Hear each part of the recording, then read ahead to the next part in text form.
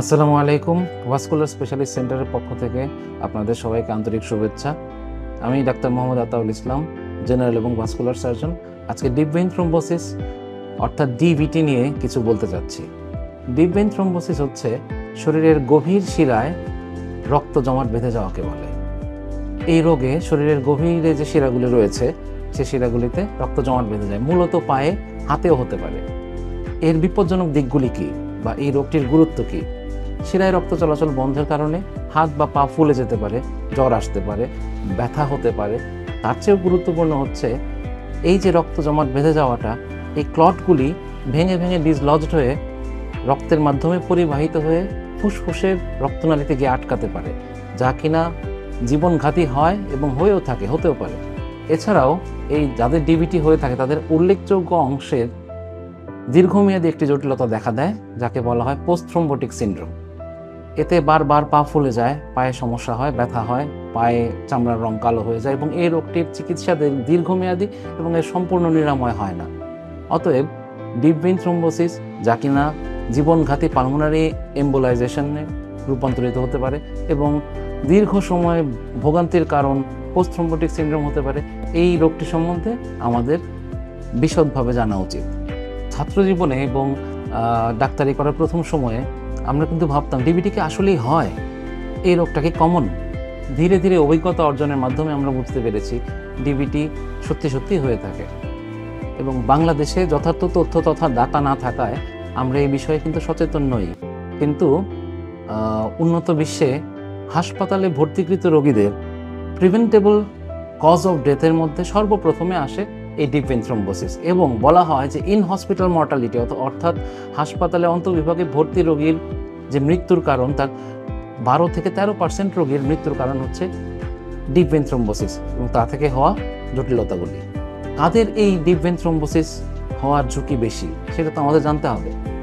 Deep vein thrombosis হওয়ার সবচেয়ে বেশি ঝুঁকি যাদের আগে কোনো সময় ডিপ ভেইন থ্রোম্বোসিস হয়েছে, দীর্ঘ সময় ধরে শয্যাশায়ী আছেন এমন রোগীরা, স্ট্রোকজনিত কারণে অথবা অন্য কোনো কারণে অচল অবস্থায় আছেন যেসব রোগীরা, ক্যান্সারের রোগীরা, ট্রমা বা অ্যাক্সিডেন্টের জন্য সার্জারি হওয়া রোগীরা, পেলভিক সার্জারি অথবা বড় অর্থোপেডিক সার্জারি হওয়া রোগীরা, এছাড়াও গর্ভবতী নারীরা, হরমোন থেরাপি চলছে অথবা জন্ম নিয়ন্ত্রণ বড়ি খাচ্ছেন এমন যারা আছেন তারা, এছাড়াও কতগুলি জেনেটিক কারণেও ডিপ ভেইন থ্রোম্বোসিস হতে পারে, যেমন অ্যান্টিথ্রম্বিন 3 ডেফিসিয়েন্সি, ফ্যাক্টর 5 লেইডেন ইত্যাদি।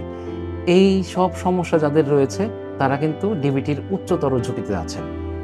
এখানে আরও গুরুত্বপূর্ণ হচ্ছে যারা বয়োবৃদ্ধ তাদের ক্ষেত্রে ডিভিটির আশঙ্কা অনেক বেশি। দেখা যাচ্ছে যে 30 বছর বয়স থেকে 80 বছর বয়সে ডিভিটির ঝুঁকি 30 গুণ বৃদ্ধি পায়, অর্থাৎ 30 বছর বয়সে যে পরিমাণ মানুষের ডিপ ভেইন থ্রোম্বোসিস হতে পারে 80 বছর বয়সে তার 30 গুণ বেশি মানুষের ডিপ ভেইন থ্রোম্বোসিস হতে পারে। এটা একটি অত্যন্ত আশঙ্কাজনক বিষয় এবং বয়োবৃদ্ধদের ক্ষেত্রে এবং বড় অপারেশনের রোগীদের ক্ষেত্রে ডিভিটি নিয়ে আমাদের অবশ্যই সচেতন হতে হবে। এখন বলতে চাচ্ছি ডিভিটির লক্ষণগুলো কী কী। এটা মনে রাখতে হবে গুরুত্বের সাথে যে ডিপ ভেইন থ্রোম্বোসিসে অনেক সময় কোনো সিমটম নাও থাকতে পারে। যদি ডিপ ভেইন থ্রোম্বোসিসের কারণে শিরা বন্ধ হয়ে গেলেও রক্ত চলাচল অন্য শিরার মাধ্যমে চলতে থাকে, তাহলে সেক্ষেত্রে ডিপ ভেইন থ্রোম্বোসিস হয়ে থাকবে কিন্তু নির্দিষ্ট কোনো লক্ষণ প্রকাশ পাবে না। সাধারণত যখন লক্ষণ প্রকাশ পায় তখন পা ফুলে ওঠা, পায়ে ব্যথা হওয়া, জ্বর, এই 3টি লক্ষণ প্রধান বলা হয়। এছাড়াও পা লাল হয়ে যাওয়া, আক্রান্ত স্থান গরম হয়ে যাওয়া, কখনো কখনো পায়ের শিরাগুলি দড়ির মতো, চিকন দড়ি বা সুতার মতো অনুভূত হওয়া, এইসব লক্ষণ দেখা দেয়।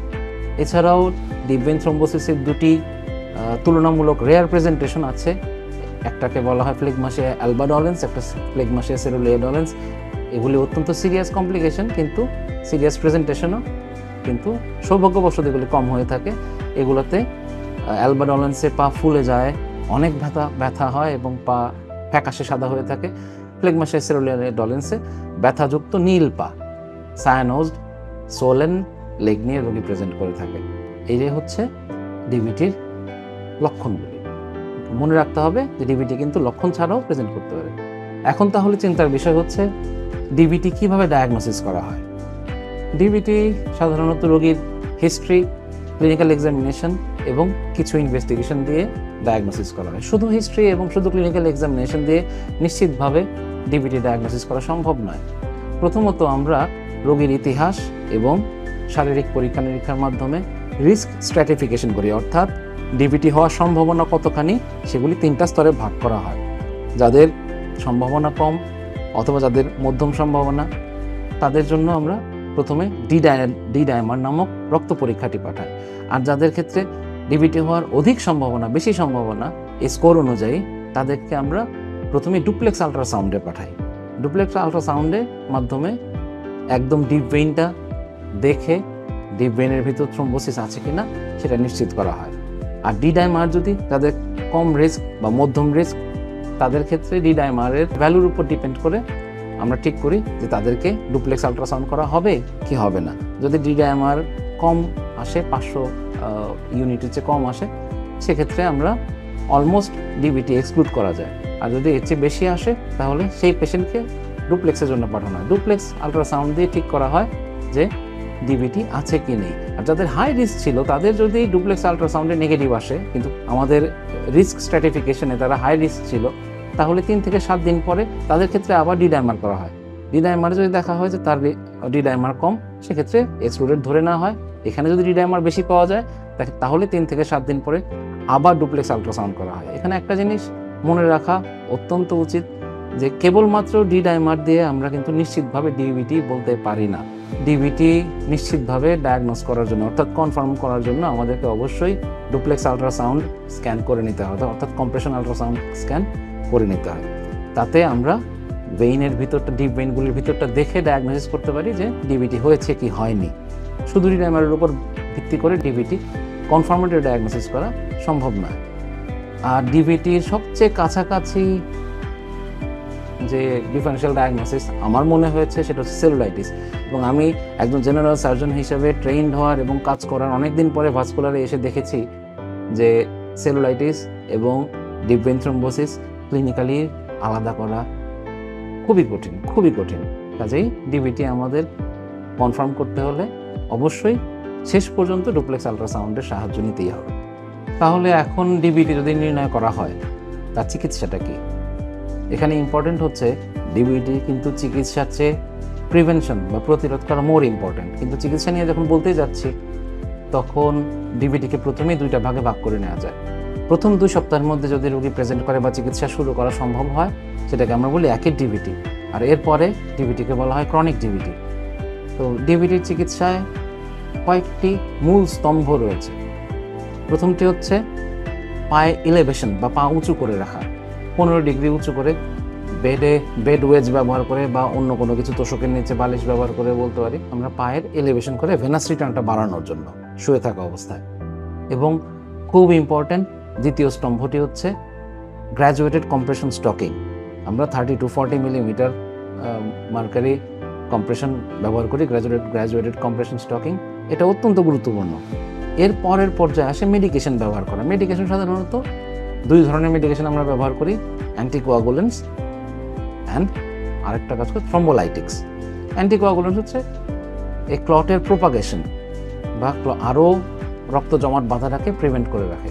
আর থ্রম্বোলাইসিস হচ্ছে যে থ্রম্বাস তৈরি হয়ে গেছে সেটাকে ভেঙে লাইসিস করে দেওয়া হয়। সাধারণত থ্রম্বোলাইসিস একদম রোগের প্রাথমিক পর্যায়ে যদি চিকিৎসা শুরু করা যায় তাহলেই ফলপ্রসূ হয়। সর্বক্ষেত্রে থ্রম্বোলাইসিস প্রয়োজন হয় না এবং কোনো ক্ষেত্রে থ্রম্বোলাইসিস কিছু জটিলতা তৈরি করতে পারে।